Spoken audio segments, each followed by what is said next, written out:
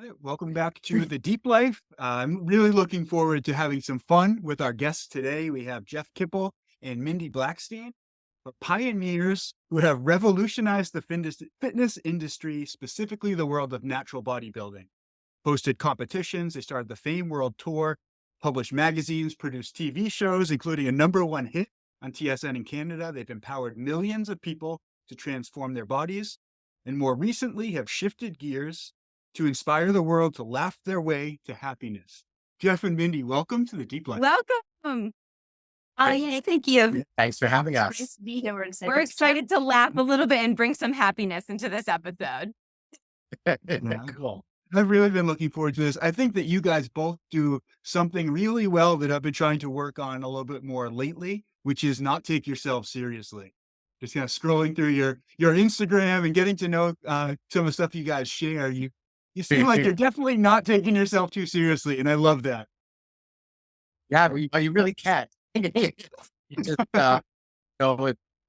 we really believe and we live our life of like going with the flow. And to go with the flow, you can't take it seriously because otherwise you block that so often. Yeah, I love it. It took me a while to figure that out, but it's starting to click now, and I really appreciate you guys for sharing that. I would love to just start a little bit with some of your background, which is vast, and you have a lot of accolades, and you've done so much. So I would love to find out how you guys got to where you are, and hear a little bit more about your fitness career, and then where it's gone from there. Let's start first here. Well, usually you start. If you want to start, I just like to make color in it. So from the fitness career. Well, before the fitness career, my interest was in creative writing and that kind of thing. So when I was around 15, I started writing our book, which is more, which we'll get into. I started writing the sci-fi comedy sort of after reading The Hitchhiker's Guide to the Galaxy. And I just wanted that story to continue. And then when I went to university, I studied creative writing and a lot of things in that field. And then started Canada's first environmental magazine. Pretty cool at the time. And had Calvin and Hobbes give us the cartoon for it. And Farley Owen was a big advocate on the environment. Gave us our first sort of introduction to the magazine. So that was really the fitness career where we spent most of our life. And that's where we met. So we helped to really start and pioneer what's known as the natural bodybuilding. So we started that here in Canada and it expanded. I met Mindy just as we were getting the whole thing started. And it was like perfectly timed, by the way. Yeah, it was perfectly timed. We met Always each other. is, right? The universe works that way. Yeah. Like We actually, there were like a whole bunch of times that we could have met, but we didn't meet, but we were in the exact same spot. And we saw each other, we talked to each other. But it never. And it was related to fitness because they were at fitness expos. So it is related. Yeah, it is related. But we realized there was a lack in the industry. If someone wanted to compete and, to compete, there's the people that are competing because they want to do it as their career. That's a certain level of mindset. But there's the people who want to compete so that they can go on a journey of transformation. Mindy used to walk up to people all the time, just regular people, and just say, you should compete. And they would be like, what? I don't look like that. Well, why don't you visualize, put your mind to what you could look like, use the stage as your timeline and a goal to get there, and then step on the stage. And if it's only for you, great. And if you do something more than that, then you can inspire other people. So, but we realized that to do that without drugs, that didn't really exist. Mm-hmm. So to just go and compete against people that are using drugs, it's such an unfair advantage. Yeah. So we wanted to create a level playing field where everyone's the same, where their start point is. It's up to what they can do to sculpt your body. And we put the first natural bodybuilding event together in Toronto, and people from all across the country came. It was like a huge event. There were 100+ athletes. The auditorium was completely sold out, and it started kind of like a whole revolution.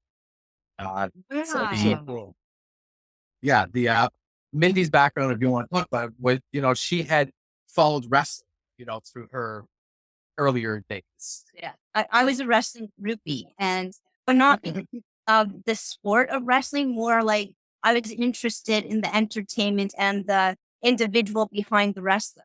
And I wanted to kind of get to know them, which is similar to the athlete. So because I was a groupie, I got to know the wrestlers and like hung out with them to their matches and things like that.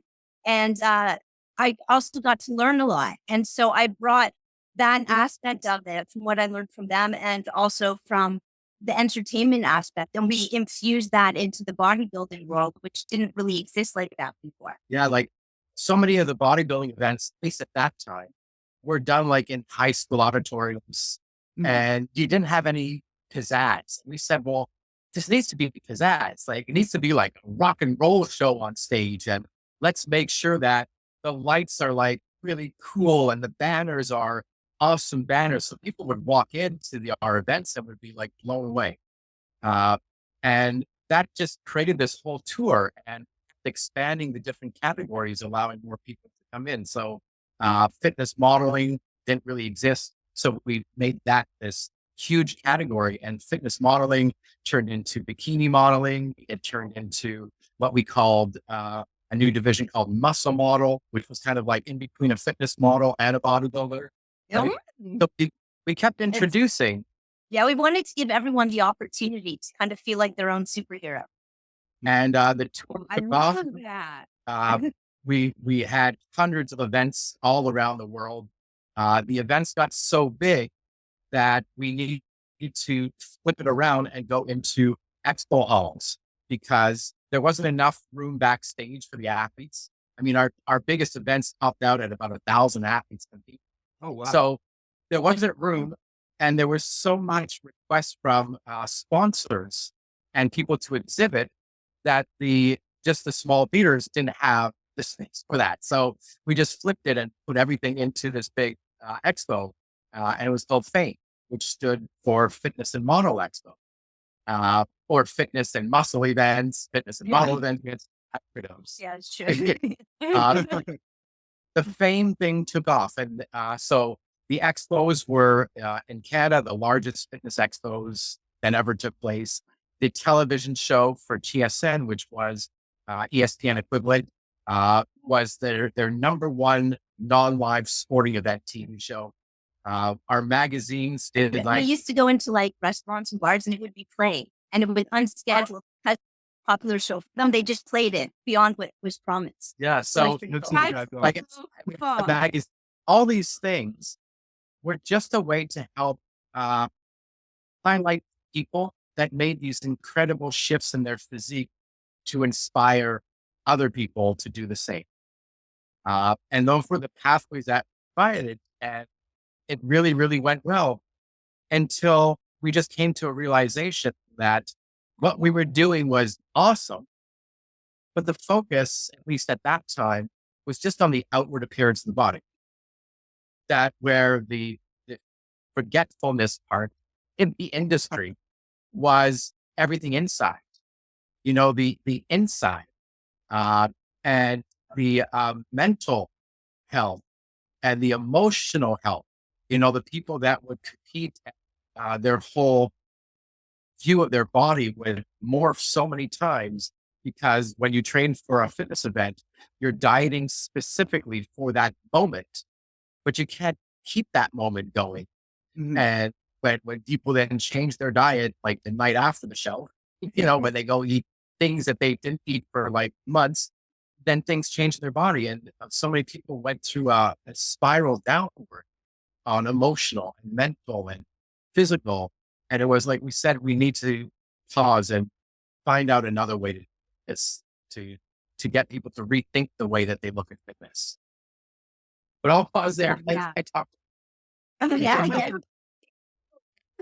And that encapsulated what you've accomplished and done. I mean, wow, how amazing. Yeah, I think that must be such a difficult being a bodybuilder and being so strict and rigid for so long, and then peaking for that, like that one moment where the lights are on, the lighting's perfect, you have your fake tan, you have everything is dialed exactly.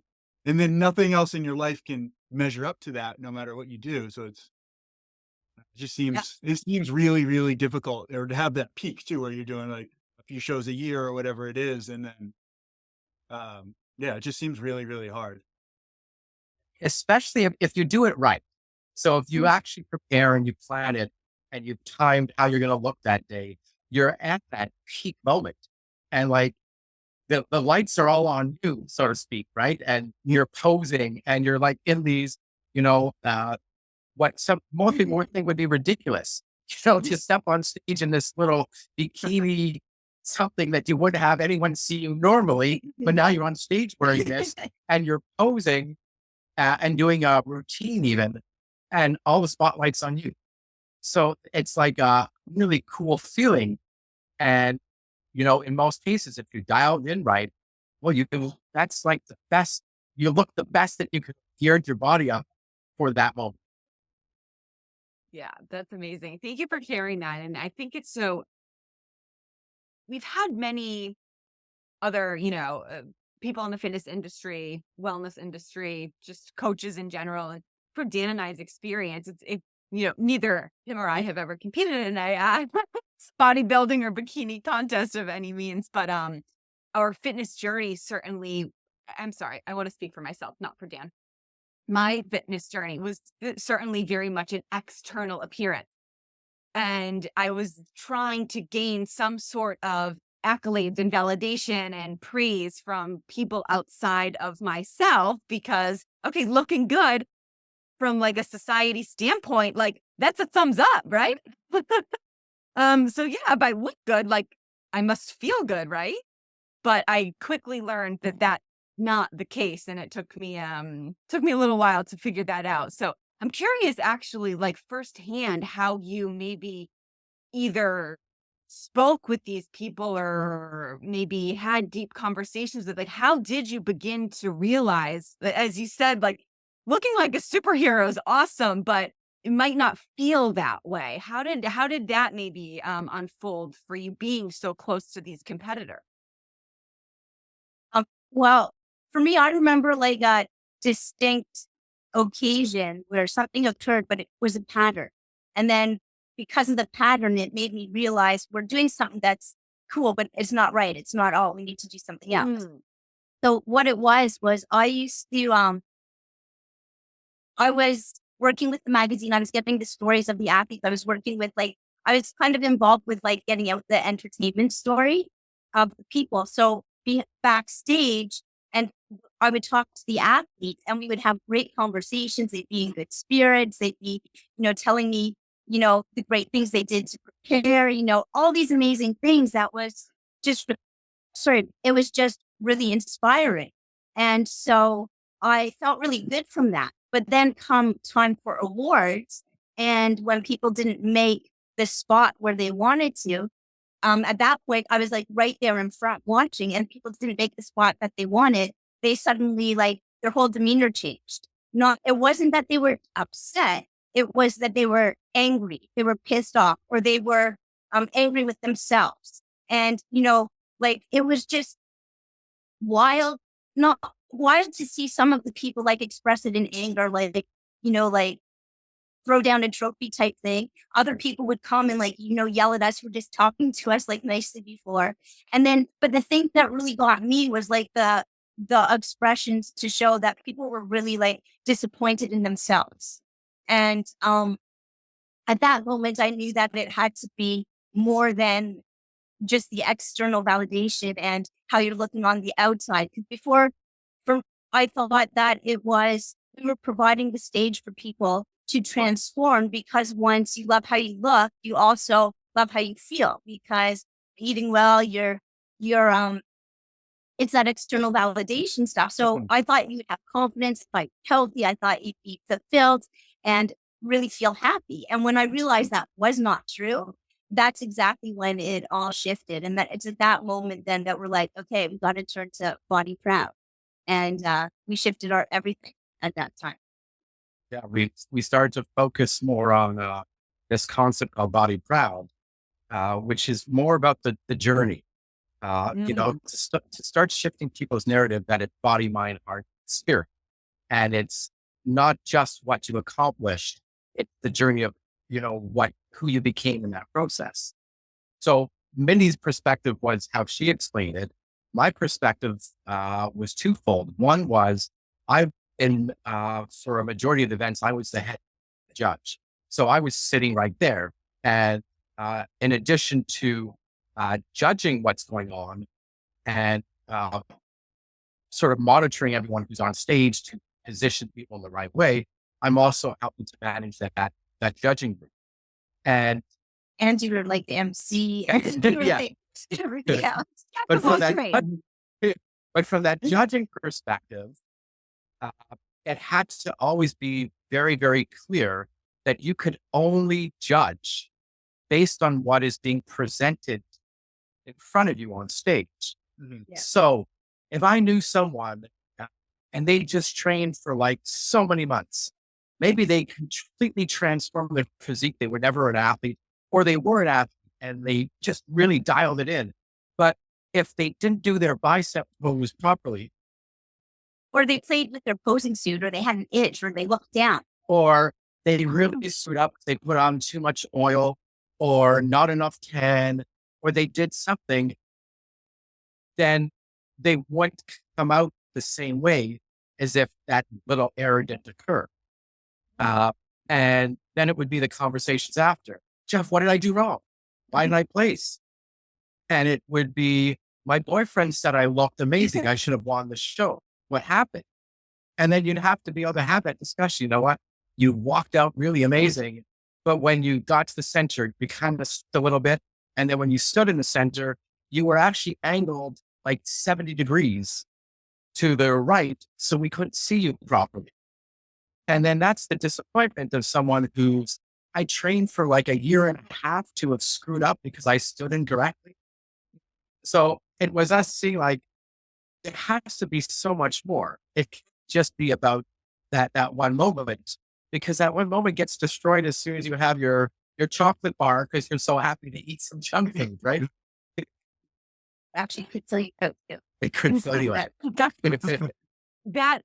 fascinating. That it makes a lot of sense. I feel like you probably got so much from observing it seems like you're reading almost people's energy in a sense.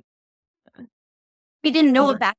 That's what we were Yeah, doing. right. Yeah, of Yeah. course. Yeah. Who did? Still not- Yeah. And I love the way that you spoke about it's really the journey that's unfolding for that. And I think that that's wonderful. And actually a point that I was going to make before you started talking, Mindy, was it seems like for me and perhaps a lot of these competitors, as you're speaking and I'm listening, like it at least maybe got people's foot in the door to continue a more holistic or overall wellness journey.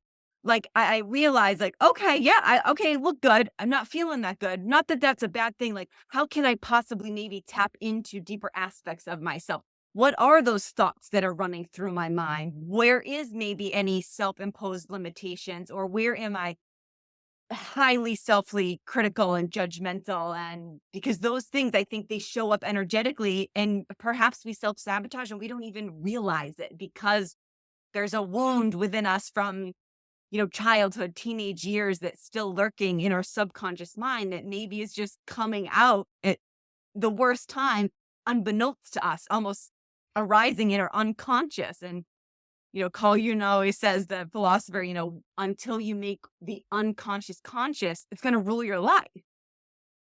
So it's really like tapping into, this innate ability to, who are we at the core essence of that? And I think that that's kind of what you're describing here so beautifully from watching these competitors. It was, the understanding that we have to rethink the way we look at fitness Yeah. because it's Yeah. great in appearance. That's one aspect. But if you really want to go on a deeper level, it's about mindset and emotional awareness and intelligence. It's about functional fitness. training just for a physique event isn't necessarily functionally being fit. Yeah. But all of this, the people who went through And this, wait, he says that because we had a lot of bodybuilders and athletes that you look like you're really fit, but ask them to touch their toes, and that's something that they couldn't do. and it's that it's the training and everything else that they're doing to prep for it is only one end of it. But what's really cool, I think you were just alluding to this, is the fact that people got their first step into the door. Now they know there is a different way, because someone preparing for this had to understand visualization, even if they didn't know what that meant. They had to understand meditation to a degree, even if they didn't know what that meant, to be able to prep and go to the workouts. They had to have dedication to, and they had to learn a whole new culture to be part of, how to eat differently, how to look at life differently, how to take the stairs instead of the escalator, how to do all these things that are just normal, become normal things. And it's a whole way of changing. The biggest part though, that needs to be addressed is that people did that without understanding that their end goal is they really wanted to feel happy. And if they didn't really get to what was starting them on that journey to be happy, then everything else is just a cover up. Yeah. That's such a great point. And it really, like, I think a bodybuilding competition is such a great, almost analogy for life, in the sense that you can put in all this work and do something that's so amazing. But then if you allow a judge to dictate whether what you did was fulfilling or not, then you're never in control of your own destiny. Yeah, absolutely. Exactly, because the sport of bodybuilding, it's about your body, and you're asking people to judge it for you when you're already self-critical. So, Yeah.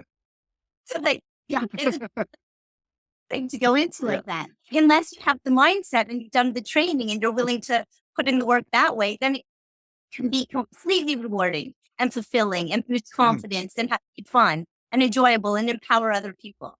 Because comparison is very distant, Yeah. especially if it's on your physique that you may not have control. You're the height you are the structure you are. You can do something with it. But if you think you are amazing and you're standing next to somebody who maybe has trained 10 years longer than you, and you're comparing yourself to that person, then you're not going to be happy, because then you're always comparing and judging. So that's why we first came up with this concept called Body Proud, which was just to get people to focus on a more positive aspect of it. But at the time, people liked the idea about it, but they weren't ready for the woo-woo part of what that really meant. Yeah. Yeah. Yeah. Way woo-woo back then. Yeah. It was like scary almost to talk about it or say anything like spiritual or, energy, anything like that. Yeah. Things have changed fast, I feel like, lately. Some of these ideas have become a lot more mainstream, but it's really cool It's that you're on, amazing. like, the forefront of that. Yeah. So let's get into, like, Yeah. the body proud kind of, I don't know, we'll call it movement maybe. What were you doing with that idea? It was more to get people to recognize that being fit is body, mind, heart, spirit. Being fit is about, the new you who you've become. Who is the individual that is now in front of compared to was before you started your journey. And if you have changed, maybe you can inspire other people too to also go on that journey. So it was like a concept that we had a whole handshake, and people would greet each other, and we do these things on stage, and people would do these videos, really just sharing their story of what it meant for them to be body proud. It was really like also to be proud of themselves and their bodies, so that they could actually pause and think about, where they started, why they were doing this, what they want to accomplish, and what they achieved for themselves, not for the audience, but for themselves. And when we ran that event the first time, and it like blew us away because these athletes, big bodybuilders who look really tough and like emotionally strong. Not that I didn't say that well. I don't like how I said that. However, I think you get what I mean, right? It's Yes. just- Oh gosh. Yes. Absolutely. Yes. Like what we did is we said, let's introduce this whole concept of body brown. We had this handshake, which is really, you could do it to yourself, just bringing your hands together in the heart and it's about the Oh, self. okay. Yeah. out to the world, and people would handshake together and, like, I have a body brown. And it was with a mantra, which is I am body proud. And we didn't really know what this thing was going to be. So we had this really big event called the North American Championships, although people came in from all over the world.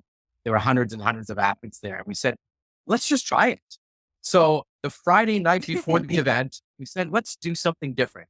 We'll contact the media. So we had a lot of newspapers and TV who were out there. We'll invite all our sponsors, and let's ask all the athletes who want to participate to step up on stage and share their body proud story. They've got like 90 seconds to 3 minutes. And a lot of people were like, I don't know what that is. I don't know what I'm going to do. And like Mindy was saying, these people stepped up on stage. And I think for most of them, it was the first time that they had the opportunity to express what fitness meant to them, what the journey meant to them. And it was like they put their mind to their heart to actually like feel that, right? So now they're going in deeper possibly than they ever have within themselves on stage in front of a live In audience. tears. So you'd have like Mindy was saying, your pro bodybuilder walk out, big guy coming out, and he's talking about the story about how if one person, how he transferred rage and anger that he had into lifting weights and how he transformed his life. And then he started talking about how he was bullied and then he was crying. And it's like, oh my God, this is amazing. Like almost everyone started crying. Like on stage in the audience. It was us. It was so cool. For like an hour and a half. It was a story that most people were in tears. And then it made all these athletes all feel like they're there together as friends.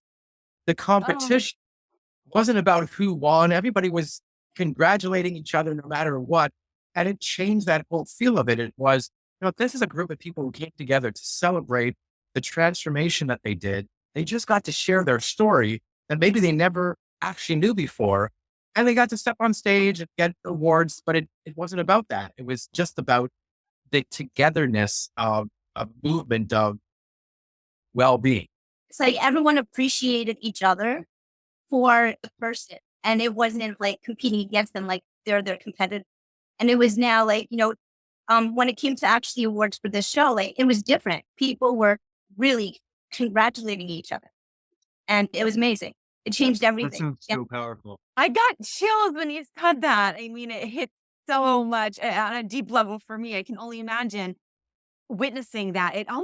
It sounds like everybody just realized like these are humans in front of us. They're people. Like everybody, no one knows what anybody else is going through. And especially, within the fitness industry, I feel like I would love your opinion. It's almost, especially bodybuilders, you think of a Terminator like a machine. Like you just go in, you lift weights, and it's nothing. It's just sets and reps. And it's like, but there's a person underneath that has feelings and emotional intelligence. And what you said, like this awareness dropping from the head to the heart to actually feel what was going on in the competition, but then in their life from childhood and how, turning like pain into purpose almost. Yeah. Oh, that's beautiful. So you must have gotten a tremendous response. And so tell us kind of then how like it unfolded after this first event and where it kind of stemmed and went from there. Yeah, when we introduced that body proud concept, that's what took off. That became a huge thing, a huge movement. And yeah, it was a lot of fun. And I think it continued to impact positively a lot of people, but there was still something missing. There was, it just wasn't it because it motivated us Yeah. to figure out what was missing and put it together. Yeah. That's it. Go ahead. What was really Well, missing. I'm talking about yeah. What was really missing that we came to realize and which is why we pivoted at doing things differently. But what was really missing was self-love. Really dropped it down to that. That was what was missing. People may have been doing the sport to cover up, a feeling that they may have had, bury it, didn't look great, or they were doing it because it was a tremendous ego boost, or they were doing it to get sponsorship or looking for a career path or some way to boost their business. Great way. Compete in a show, win a show, and now become a trainer and, help others and do a journey.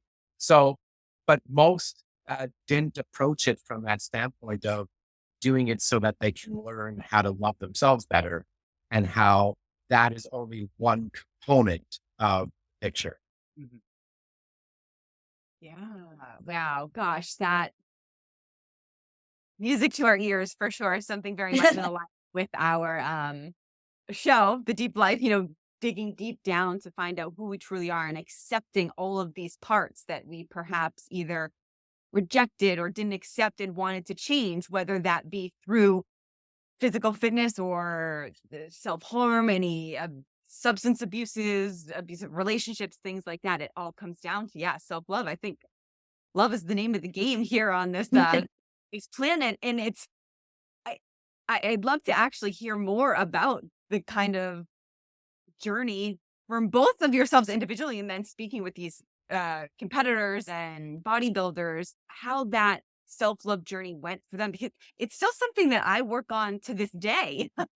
I feel like I truly didn't even know that I didn't love myself up until recently, because I was doing all these things to change myself and seek outside love from other people. And I thought that that was just what we do as humans. Like, we look externally to get what we need, but it's really what we are really looking for. It's just all within ourselves.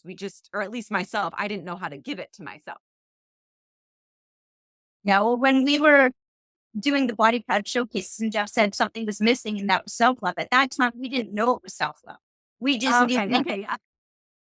what to give to the athletes, to give them what they needed in order to have it. But we didn't know what it was called. It was like happiness. It was like, we didn't know it. And then we went on our journey to learn from like top leaders, like in different fields of empowerment and mindfulness and all that kind of stuff, so that we could really understand ourselves and figure things out so that we could share it with other people then, and then bring that back. And there's one sort of piece before that even happened that pushed us, to do that too. So we were had, on some weekends we had multiple shows in different cities Oh yeah. and stuff like that. So I was in Calgary, and doing a show, and Mindy was in Toronto because she was helping to manage a show that I think was in the Philippines. And I was in Toronto, and we're doing the show, and one of the national TV networks came out to film it and interview me. So they were interviewing me, and I'm in the exhibitor lounge area, and I'm styling I didn't know the booth that I was standing in front of. Mindy saw it as she tried to call me during the interview. So I'm doing the show. The companies that sponsor the show are companies that would support the natural media show, but they also represent other brands. So I'm talking about the importance of natural bodybuilding and natural fitness and health. And behind me is a poster, I won't say who, which supplement line, but of the most juiced up bodybuilder who existed at that time. Multi-Olympia winner, etc. And that's what's behind me. And it gave us a realization of, there's so much fake in the fitness industry. So I'm saying it doesn't matter. Well, no, not bad, but it's true. There's so much fake in the industry. And we said this has to change, because what really is important is that people are guided to wholesome products and proven methods and authenticated role models. And right now, just because somebody may have done an amazing diet or used some products or something like that got them to be able to win a show and now be featured on social media or being on the cover of a magazine, doesn't mean they're an expert. But all of a sudden, they're a social media influencer and they got a fan follow. And what worked for them may not work for other people, or what worked for them was based on a dollar amount that they got to use a certain thought on. And we said, this really does need to change. We didn't know where to change that. So we just said, we need to course correct. We need to sort of pause. We need to first work on ourselves, because we can't change that level of thinking from the same, awareness that we have. Albert Einstein, but not Einstein. As we said, we have to go on our own journey, because we were still so connected into the physical aspect of what fitness was, that we just need to connect with mentors and other people in all areas, so we studied and under experts at everything from NLP to mindfulness to, holistic eating and, plant-based nutrition, different ways of training modalities and mindfulness and all these different things. We became spiritual, metaphysical ministers. Like we studied spirituality, all these different things, and said, well, let's rate like everything to say, well, how do you take all this and help guide people down a journey where they can truly be happy? And that was a long process for us, because we had to start it, and we didn't realize self-love on the first day. Some of us less than others. Much less than others. Mindy latched onto things quicker than I was holding on to. But when you really came down to that, and the understanding of how you could manipulate this body to do the things that you want to do, if you put the right attention to the intention that you're putting out, well, then you could do really cool things, but you have to get to that space first. And to us, it's always been more of the challenge, because people, that expression, everyone wants to change, but nobody actually wants to change, right? And so the conversation of, well, you need to change your mindfulness, unless there's a pathway for that, it doesn't really mean anything, because someone whose eyes aren't open yet can't even appreciate what that means, and may just feel resistant to it because they can't get there. So it's not even something that they want to pursue. And that's why we said we're doing what we're doing now, by kind of, let's use comedy as a entry point, because if you can get someone to laugh, then maybe they'll sort of let go of the things that, and get into the moment. And maybe if you can give them that right mindfulness shift, they'll be more open to it, because they're in a more willing and open space, because comedy can put you into that space better. And let's guide them, in part one way through laughter. Yeah, laughter and happiness. I love that you have that. That's amazing. Tell them the humor word, the etymology of humor. So I love. Dan is very into. He did NLP too, and very into really into words like language in general, and thinking about like words and where words come from. And I recently heard somebody mention the word humor. If you break it up into hue and more, it's the thing that's bringing more light into the world. That is awesome. Wow. One of those things, just like, oh, it's so obvious, but it blew my mind when I heard it. I was like, how did I not realize that before? Oh, that is awesome. I love it. Now I'm thinking how great it is. Yeah. So it's so true. Like even started off like, not to eat ourselves so seriously, bringing more laughter, bringing more light. Like there's so much heaviness that we go through in this human experience. It can be overwhelming. So the fact that you bring laughter and happiness into this, it can be very heavy to listen to your own thoughts, to observe them, to, most people want to shut them out or numb them. So you adding that just level really of love into it is beautiful. Yeah, it really is. Like that laughter, like when you are laughing, like that's a higher state of consciousness for most people, and it brings you, it allows you to, like you were saying, like see things and perceive things in a different way, because you, at least like during that moment, you stop being who you thought you used to be, or who you thought you were before you were laughing. Literally, it's a key to your soul. And it feels good. I was gonna say real quick before, I always think it's so funny when you see ads for like a brand new protein powder, and you have some guy who just won 3 Mr. Olympias. It's like, oh, so he's using this product that just came out to look. Yep. So you Well, understand we had our first realization of that because we ran a fitness talent and model agency. Oh, So we would get the calls for the people looking for people in the ads. And, what we later found out was you eventually caught on. we eventually found out the before after pictures were pretty much sometimes done the same day. It's just lighting and shadows. Yeah. Yeah, we know how to pose. Yeah. and- Yeah. yeah. You had asked us before we started recording, like where we are. We're in Massachusetts right now, but we lived in California for nearly 10 years. We're actually heading back to live in California at the end of August. But you're in the height of the entertainment industry, and Dan was I did some fitness modeling. did a lot of fitness modeling and TV shows. So yeah, you learn very quickly. Nothing's what it appears to be. Oh, I didn't want to say that. But it's true. It's true. Amazing. Well, listen, let's kind of keep with the body positive and this laughter, do ridiculous things. Let's talk about, because I actually don't want to misspeak here.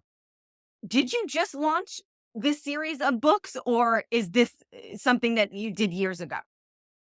So we Both. both. Okay. So Oh, we both. both. Okay. So I started writing it when I was 15. I came back to it throughout my life whenever I needed like a pick me up or Yeah. a funny thing to add to it. When I met Mindy, I think I told her on the first date, and I had actually written her into the book without ever beating her, and just Neat, huh? and You manifested her. I did. Somehow. Somehow. Yeah, I manifested him, but whatever. Vice versa. When that whole lockdown thing happened, Mindy sort of encouraged me to finish something that you really loved, that was a passion of yours. So I finished the book, and Mindy helped me by doing some editing with it. And then Mindy inspired me to, let's take this book further, right? I always wanted to do this sci-fi couple thing. Mindy wanted to make sure that we can course correct and get the right message out to the fitness world. That we thought we empowered so many millions of people around the world, but we didn't have all the information then. We only had a little bit. So let's use the pages of the book and let's infuse the comedy with messages of self-love and self-growth, and do it in a way where it's very subtle, so that if the reader is open to it, they'll get it. And if not, it's just another funny joke, that way of using laughter to blend that in. So we spent the last 2 years and completely reworked the book to make sure those messages are even stronger. When we put it out, at first, we got a #1 ranking on Amazon in comedy, which is awesome. In science fiction, cool. Then we got it in self-help and psychology humor. Oh, that's cool. And then we got it in a category that is amazing, happiness. Okay, we didn't have to describe what the book's about. We could just say the rankings, and that kind of describes it. So book 2 is out book 1 is out right now in audiobook, ebook, and paperback. And book 2 is in the final editing, so it's going to come out very shortly. And book 3 is already started. We're doing 9 books in the series, so a trilogy of trilogies. It already planned out in his head. They're already all planned out, and Have they been planned out for a long time, or is this newer? a little bit, Yeah. sort of. Yeah. What we want to do is really keep these different themes in it that keep people on a journey, but they don't know they're on a journey. But it's, science fiction is really cool. Mindy hated science fiction. She would never read a science fiction.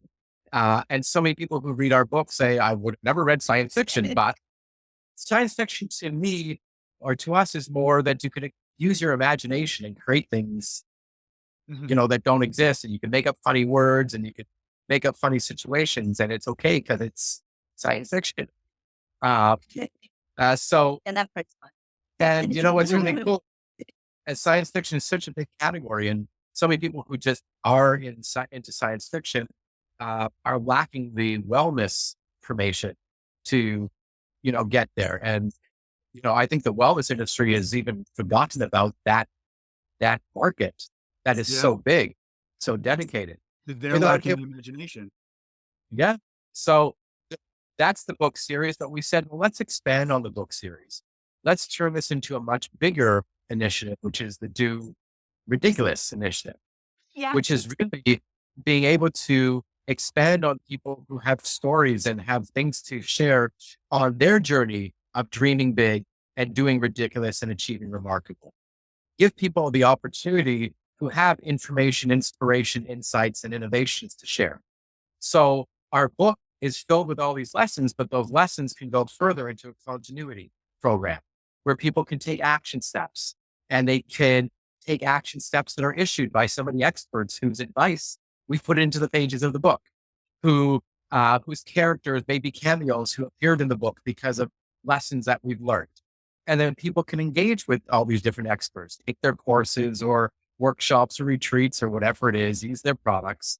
And that expands into, our talk shows, and then into a whole metaverse. So a whole immersive virtual reality experience that people will be able to do, from watching the talk shows, participating in the live studio audience, to attending retreats and events and shopping and all these immersive experiences from their phone or computer. So it was something that we wanted to do, that we conceptualized about 15 years ago of wanting to do this. And now the technology will be available for us in a couple months. So that's. And I just want to add that you forgot to mention, we also have an animated series coming up as part of this, but it's fan fiction. So the fans get to create, they get to determine what the characters look like, what the playlist is, what the scenes are like. So it'll be like a whole little context that people can actually win the opportunity to be featured. Well, what an innovative way. I mean, yes, blessings to 2024 with all the technological advances to allow us to be connected through this virtual space all over the world. I'm so enthralled. I want to hear more about this. Maybe we can do that off air, but that's absolutely incredible. Like, you certainly seem like visionaries, innovators. Your imagination really is just, I can only imagine from that, listening to you guys. That's very, very cool. You can say something? No. Oh, okay. Well, amazing. Well, I feel like, gosh, we have just talked about so much. I feel like this episode has gotten deep, very inspiring. Thank you for sharing this epic journey, and just having, a couple on as well, like your love. I can feel that energy, like what you've created and helping millions and millions of people. I cannot wait for our audience to hear this. But before we wrap up, is there anything we want to leave the space open for, any last words or any messages that perhaps we didn't cover that you want to share? If not, that's okay too. Well, you can find us at doridiculous.com. That goes to a link tree that has all the places that you can connect.